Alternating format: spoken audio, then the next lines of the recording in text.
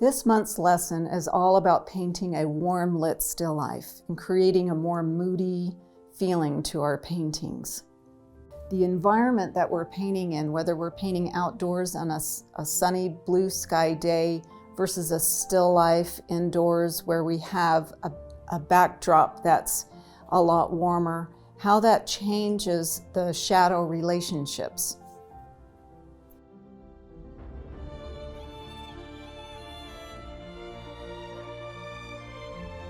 We have that mother color of the transparent oxide red or transparent earth red and the cadmium orange. That's kind of our mother pile, and those two colors are in just about everything in this still life, and that's what creates the harmony. And keeping those highlights warm and the shadows a little bit cooler gives that warm, still life, moody feel to it.